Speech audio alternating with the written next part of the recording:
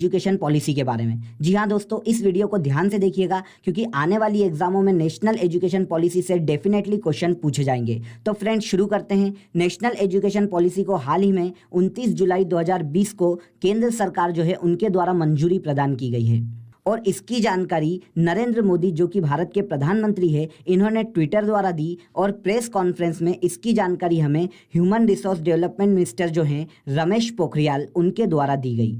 Friends, केंद्र सरकार द्वारा राष्ट्रीय शिक्षा नीति को मंजूरी तो दे दी गई है, लेकिन इसे अभी संसद में पास किया जाना जरूरी है और ये संसद में आसानी से पास हो जाएगा। तो हम इसे पास मानकर ही या पारित मानकर ही डिस्कस करने वाले हैं। तो फ्रेंड्स, जो नई शिक्षा नीति 2020 में लाई गई है, ये पुरानी शिक्षा नीति को रिप्लेस करेगी और हमारी जो पुरानी शिक्षा नीति थी फ्रेंड्स, वो 1986 में लागू की गई थी, अर्थात इसके 34 वर्षों के बाद नई शिक्षा नीति लाई गई है। क्लियर है? तो फ्रेंड्स, अब बहुत से क्वेश्चन आपके दिमाग में आ रहे होंगे कि आखिर इस टॉपिक से क्वेश्चन कैसे पूछे जाएंगे। तो चलिए हम उसी पर डिस्कस कर लेते हैं। देखिए फ्रेंड्स, शिक्षा व्यवस्था में समय समय पर सुधार किया जाना बहुत ज़्यादा जरूरी है, इसीलिए शिक्षा नीति में हाल ही में बदलाव किया गया है। किंतु भारत में शिक्षा नीति पर जो सबसे महत्वपूर्ण सुधार अभी तक किया गया है फ्रेंड्स, वो है शिक्षा का अधिकार। तो आइए हम इस शिक्षा के अधिकार को डिस्कस करते हैं। देखिए फ्रेंड्स, भारत के संविधान में 86वां संविधान संशोधन अधिनियम 2002 में जोड़ा गया था और इस अधिनियम के तहत भारत के संविधान में एक आर्टिकल को ऐड किया गया और वो था आर्टिकल 21A। देखिए फ्रेंड्स, यहाँ पर इंपॉर्टेंट चीज को ध्यान दीजिएगा कि भारत के संविधान में जो आर्टिकल 12 से 35 तक का जो क्षेत्र है वो दरअसल मौलिक अधिकारों का क्षेत्र है। इसे याद रखिएगा फ्रेंड्स, भारत के संविधान के आर्टिकल 12 से 35 तक मौलिक अधिकार दिए गए हैं। इसी में शिक्षा के अधिकार को आर्टिकल 21A में शामिल किया गया है। यहीं से हम शिक्षा के महत्व को समझ सकते हैं। इस आर्टिकल के तहत राज्य विधि बनाकर 6 से 14 वर्ष तक के जो बालक हैं उनके लिए अनिवार्य निःशुल्क शिक्षा की व्यवस्था करेगा, अर्थात 14 वर्ष तक के जो स्टूडेंट हैं उनसे शिक्षा का पैसा नहीं लिया जाएगा। आगे देखिए फ्रेंड्स, इस अधिकार को व्यवहारिक रूप देने के लिए बाद में संसद द्वारा एक अधिनियम पारित किया गया था, वो था निःशुल्क और अनिवार्य शिक्षा अधिनियम 2009 में इसे संसद द्वारा पारित कर दिया गया और देश में इसे 1 अप्रैल 2010 को लागू किया गया। ये जो कानून था फ्रेंड्स, इस कानून के तहत जो 8वीं तक के स्टूडेंट थे उन्हें निःशुल्क प्राथमिक शिक्षा का अधिकार दे दिया गया। अब इसे बढ़ाकर 12वीं तक किया जाएगा। तो फ्रेंड्स, हमने शिक्षा के अधिकार कानून को सिंपल लैंग्वेज में डिस्कस किया। आगे देखिए फ्रेंड्स, अब हम बात करते हैं नई शिक्षा नीति 2020 के बारे में। तो फ्रेंड्स, ये जो नई शिक्षा नीति 2020 में लाई गई है, ये स्वतंत्र भारत की तीसरी शिक्षा नीति है। इसे याद रखिएगा दोस्तों, क्योंकि इसके पहले 2 शिक्षा नीति देश में लागू की जा चुकी है। पहली शिक्षा नीति 1968 में देश में लागू की गई थी और दूसरी शिक्षा नीति 1986 में देश में लागू की गई थी और नई शिक्षा नीति हाल ही में 2020 में केंद्र सरकार द्वारा इसे मंजूरी प्रदान की गई है। आगे देखिए फ्रेंड्स, नई शिक्षा नीति के निर्माण के लिए केंद्र सरकार जो है उसने जून 2017 में एक समिति का गठन किया था और इस समिति के जो अध्यक्ष थे वो बनाए गए के कस्तूरीरंगन। जी हाँ दोस्तों, इसे याद रखिएगा, के कस्तूरीरंगन देश के पूर्व इसरो चेयरमैन रह चुके हैं। तो क्योंकि के कस्तूरीरंगन की अध्यक्षता में समिति का गठन किया गया था, इसीलिए इस समिति को कस्तूरीरंगन समिति के नाम से जाना जाता है। कस्तूरीरंगन समिति ने अपनी रिपोर्ट मई 2019 को केंद्र सरकार को सौंप दी, जिसे अब केंद्र सरकार ने 2020 में मंजूरी प्रदान की है।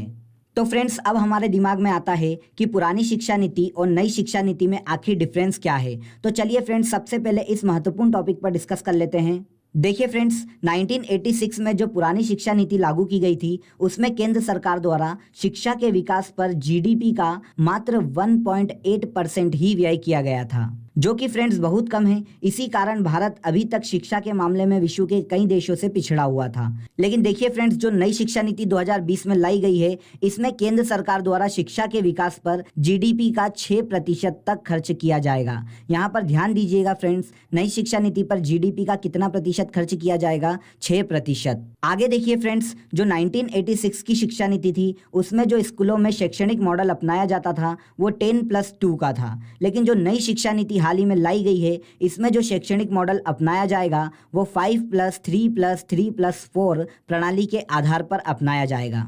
तो फ्रेंड्स, अब आपके दिमाग में आ रहा होगा कि ये 10+2 शैक्षणिक प्रणाली और 5+3+3+4 शैक्षणिक मॉडल आखिर है क्या। तो चलिए सबसे पहले हम इसी पर डिस्कस करते हैं।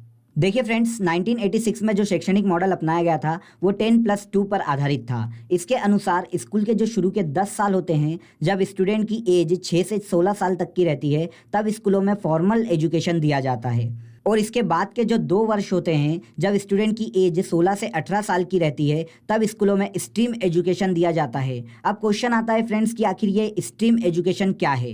तो फ्रेंड्स, जब हम 11th क्लास में जाते हैं तो हमें कोई भी एक सब्जेक्ट चूज करने के लिए कहा जाता है, चाहे वो आर्ट्स हो, चाहे कॉमर्स हो, चाहे साइंस हो। तो अगर हमने आर्ट्स ले लिया तो हम कॉमर्स या साइंस नहीं पढ़ सकते, अगर हमने कॉमर्स ले लिया तो हम आर्ट्स या साइंस नहीं पढ़ सकते। यही एजुकेशन कहलाता है फ्रेंड्स स्ट्रीम एजुकेशन। अभी तक 1986 की शिक्षा नीति के अनुसार देश में स्ट्रीम एजुकेशन ही लागू किया गया था। इसके तहत जो शुरू के 5 साल होंगे फ्रेंड्स, वो फाउंडेशन स्टेज कहलाएगी। ये 3 से 8 एज तक के जो छात्र हैं उनके लिए होगी। इस एज में जो शिक्षा दी जाएगी फ्रेंड्स, वो प्रैक्टिकली नॉलेज पर आधारित होगी। आगे देखिए फ्रेंड्स, आगे आने वाले जो 3 वर्ष रहेंगे, जब स्टूडेंट की एज 9 से 11 साल रहती है, ये स्टेज प्रिपरेटरी स्टेज कहलाएगी। आगे आने वाले 3 वर्षों में जब स्टूडेंट की एज 12 से 14 साल की रहती है फ्रेंड्स, इसे मिडिल स्टेज कहा जाएगा। इस स्टेज में 6th से 8th क्लास तक को शामिल किया गया है। मिडिल स्टेज से ही स्कूलों में महत्वपूर्ण सब्जेक्टों को शामिल किया जाएगा। आगे आने वाले जो 4 वर्ष है फ्रेंड्स, जब स्टूडेंट की एज 15 से 18 साल की होती है, इसे सेकेंडरी स्टेज माना जाएगा। इस वक्त 9th से 12th क्लास को लिया गया है। और फ्रेंड्स, 11th-12th क्लास में जो स्ट्रीम एजुकेशन होता था, इसे भी अब समाप्त कर दिया जाएगा। चलिए फ्रेंड्स, हम नई शिक्षा नीति के कुछ महत्वपूर्ण बिंदुओं पर डिस्कस कर लेते हैं। तो देखिए फ्रेंड्स, जो नई शिक्षा नीति लाई गई है उसमें 8 वर्ष तक की आयु के जो स्टूडेंट है उनके लिए जो राष्ट्रीय पाठ्यक्रम है उसे तैयार करने की जिम्मेदारी दी गई है एनसीईआरटी को। अर्थात एनसीईआरटी अब 8 वर्ष तक की आयु के जो स्टूडेंट है, मतलब जो फाउंडेशन स्टेज में है, इनके लिए कोर्स तैयार करेगा या शैक्षणिक ढांचे को तैयार करेगा। आगे देखिए फ्रेंड्स, जो नई शिक्षा नीति है उसके तहत जो 5th क्लास तक के जो छात्र हैं उन्हें जो शिक्षा दी जाएगी वो मातृभाषा, स्थानीय भाषा या घरेलू भाषा में दी जाएगी। इसका मतलब ये है फ्रेंड्स कि अब स्टूडेंट अपनी कोई भी मनपसंद भाषा में स्टडी कर सकते हैं। इंग्लिश केवल एक सब्जेक्ट के रूप में शामिल किया जाएगा। देखिए फ्रेंड्स, जो नई शिक्षा नीति है उसमें जो 6th क्लास है वहां से अब कंप्यूटर कोडिंग भी सिखाई जाएगी तथा इंटर्नशिप की भी फैसिलिटी दी जाएगी, जिससे फ्रेंड्स स्टूडेंट अपनी हॉबी की चीजें संबंधित व्यक्ति से जाकर सीख सकता है। आगे देखिए फ्रेंड्स, अब 6th क्लास से स्कूल जो हैं वहाँ पर व्यावसायिक शिक्षा दी जाएगी। क्या होता है फ्रेंड्स, बहुत सारे स्टूडेंट ऐसे होते हैं जो किसी भी कारण से पढ़ाई को बीच में छोड़ देते हैं। अब उन्हें बाहर जीवन जीने में ज़्यादा कठिनाई का सामना न करना पड़े और सामाजिक जीवन जीने में कोई भी कठिनाई ना आए, इसीलिए अब व्यवसाय से रिलेटेड पहले से ही शिक्षा दे दी जाएगी ताकि वो बाहर जाके कोई भी काम धंधा कर सके। इसके अलावा फ्रेंड्स, 9th से 12th क्लास तक अब सेमेस्टर सिस्टम को लागू किया जाएगा। मतलब अब जो एग्जाम है वो साल में 2 बार कंडक्ट की जाएगी और फाइनल में जो मार्कशीट तैयार होगी उसमें दोनों एग्जामों के मार्क्स को जोड़ा जाएगा। आगे देखिए फ्रेंड्स, स्कूलों में जो स्ट्रीम सिस्टम अभी तक चलता आ रहा था, 1986 की जो एजुकेशन पॉलिसी है उसके तहत जो स्ट्रीम सिस्टम चल रहा था उसे भी अब खत्म कर दिया जाएगा। देखिए फ्रेंड्स, अगर हम कॉलेजों की बात करें तो कॉलेजेस में जो ग्रेजुएशन पहले 3 साल का होता था, अब वो 3 साल और 4 साल दोनों में हो सकता है। अब जो पहले साल में रहेगा, जो फर्स्ट ईयर में रहेगा, अगर फर्स्ट ईयर की एग्जाम क्लियर कर लेता है तो उसे सर्टिफिकेट दिया जाएगा। दूसरे साल में अगर एग्जाम क्लियर कर लेता है तो उसे डिप्लोमा दिया जाएगा। इसी प्रकार अगर तीसरे साल में वो ग्रेजुएशन पूरा कर लेता है तो उसे फाइनल डिग्री दे दी जाएगी। लेकिन अगर वो चौथे साल तक कंटिन्यू करता है तो उसे डिग्री के साथ साथ रिसर्च सर्टिफिकेट भी दिया जाएगा। पहले फ्रेंड्स, अगर कोई फर्स्ट ईयर में या सेकेंड ईयर में आकर कॉलेज छोड़ देता था तो उसके पास कोई प्रमाण नहीं होता था कि उसने फर्स्ट ईयर या सेकेंड ईयर पढ़ा है। लेकिन अगर वो अब फर्स्ट ईयर में आकर छोड़ देता है तो उसे सर्टिफिकेट दे दिया जाएगा। और अगर दूसरे ईयर में छोड़ देता है तो डिप्लोमा, 3 साल में डिग्री क्या हो जाएगी, कंप्लीट। लेकिन अगर फिर भी आगे वो कंटिन्यू करता है तो चौथे साल में उसे रिसर्च सर्टिफिकेट भी दिया जाएगा जिस भी सब्जेक्ट पर उसने रिसर्च किया है। जो बड़े बड़े शिक्षा संस्थान है जैसे आईआईटी वगैरह, वहां पर अब संस्कृत को बढ़ावा देने के लिए इसे एक सब्जेक्ट के रूप में भी शामिल किया जाएगा। आगे देखिए फ्रेंड्स, जो नई शिक्षा नीति है उसके तहत जो एमफिल है, मास्टर ऑफ फिलोसॉफी, उसे खत्म कर दिया गया है। क्योंकि क्या होता था, पहले अगर आपको पीएचडी करनी होती थी तो पीएचडी से पहले आपको एमफिल करना होता था। अब इस व्यवस्था को समाप्त कर दिया गया है नई शिक्षा नीति में। इसके अलावा फ्रेंड्स आने वाले जो 15 वर्ष है उसमें कॉलेजों की जो यूनिवर्सिटी से संबंध रहते हैं उन्हें समाप्त कर दिया जाएगा। पहले क्या होता था, यूनिवर्सिटी से कॉलेजों को मान्यता लेनी पड़ती थी, लेकिन अब ऐसा नहीं होगा, क्योंकि क्या होता है कि जब कॉलेज यूनिवर्सिटी से अटैच होते हैं तो यूनिवर्सिटी का अधिकतर टाइम कॉलेजों की एग्जाम कंडक्ट करने में ही निकल जाता है। अब जब यूनिवर्सिटी से कॉलेज की संबंधता खत्म कर दी जाएगी तो यूनिवर्सिटी भी रिसर्च प्रोग्राम पर अत्यधिक ध्यान दे सकेगी या बहुत ज़्यादा फोकस कर सकेगी। तो अब आपके दिमाग में फ्रेंड्स क्वेश्चन आ रहे होंगे कि नई शिक्षा नीति या नए बदलाव आखिर कब से लागू होंगे। तो फ्रेंड्स अभी तो इसे केवल केंद्र ने मंजूरी दी है, अभी संसद में पास करवाया जाना बाकी है। तो अभी तो पुरानी शिक्षा नीति ही लागू रहेगी, इसका पैटर्न अभी नहीं बदलेगा। संसद में पास किए जाने के बाद 2021-22 तक ही नई शिक्षा नीति को शुरू किया जा सकेगा, ऐसा मेरा मानना है। देखिए दोस्तों, पुरानी शिक्षा नीति की जगह लेने में इसे लगभग 1 दशक तक का समय लग जाएगा, अर्थात इसे देश में पूरी तरह लागू करने में 2030 तक का समय लग सकता है। तो देखिए फ्रेंड्स, नई शिक्षा नीति को हमने सिंपली लैंग्वेज में डिस्कस किया। केंद्र सरकार का यह बहुत ही अच्छा डिसीजन रहा है दोस्तों, क्योंकि जो नई शिक्षा नीति है वो देश में शिक्षा की पहुंच को हर व्यक्ति तक पहुंचाने का काम करेगी।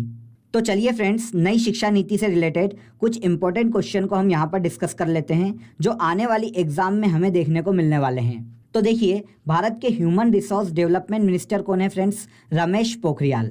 जो भारत का मानव संसाधन विकास मंत्रालय है, इसे ही अब बदलकर शिक्षा मंत्रालय किया गया है और इसके भी मंत्री रमेश पोखरियाल ही रहेंगे।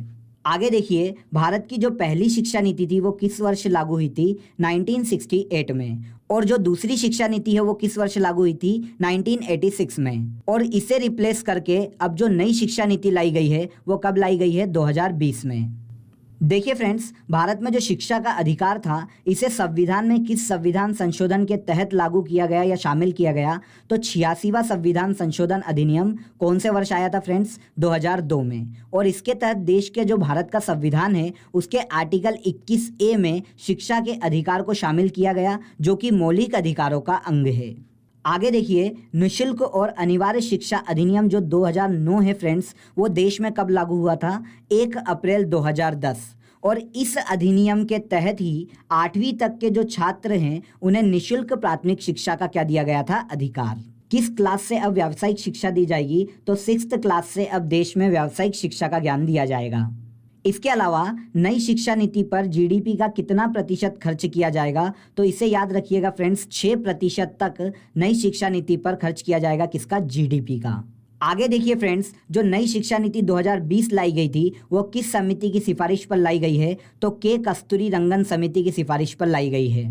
तो फ्रेंड्स, ये कुछ इंपॉर्टेंट क्वेश्चन थे जो हमने यहाँ पर डिस्कस किए। फ्रेंड्स, अगर आपको ये वीडियो पसंद आया हो तो वीडियो को लाइक करें, शेयर करें और हमें कमेंट में ज़रूर बताएं कि आपको ये वीडियो कैसा लगा। और आगे आने वाले महत्वपूर्ण वीडियो आप तक पहुँच सके, इसीलिए हमारे चैनल को सब्सक्राइब जरूर कर लें। जय हिंद।